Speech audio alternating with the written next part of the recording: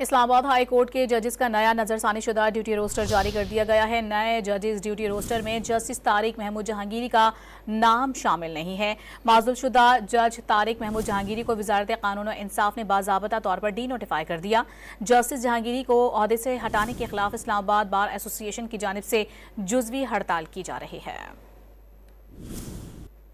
Islamabad high court के जजेस का नया नजरसानीशुदा ड्यूटी रोस्टर जारी कर दिया गया है। नए जजेस ड्यूटी रोस्टर में जस्टिस तारिक महमूद जहांगीरी का नाम शामिल नहीं है। माज़ूलशुदा जज तारिक महमूद जहांगीरी को वजारत कानून और इंसाफ ने बाज़ाबता तौर पर डी नोटिफाई कर दिया। जस्टिस जहांगीरी को ओहदे से हटाने के खिलाफ इस्लामाबाद बार एसोसिएशन की जानिब से जुज़वी हड़ताल की जा रही है।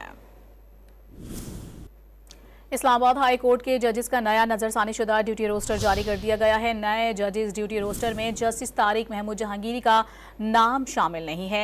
माज़ूलशुदा जज तारिक महमूद जहांगीरी को वजारत कानून और इंसाफ ने बाज़ाबता तौर पर डी नोटिफाई कर दिया। जस्टिस जहांगीरी को ओहदे से हटाने के खिलाफ इस्लामाबाद बार एसोसिएशन की जानिब से जुज़वी हड़ताल की जा रही है।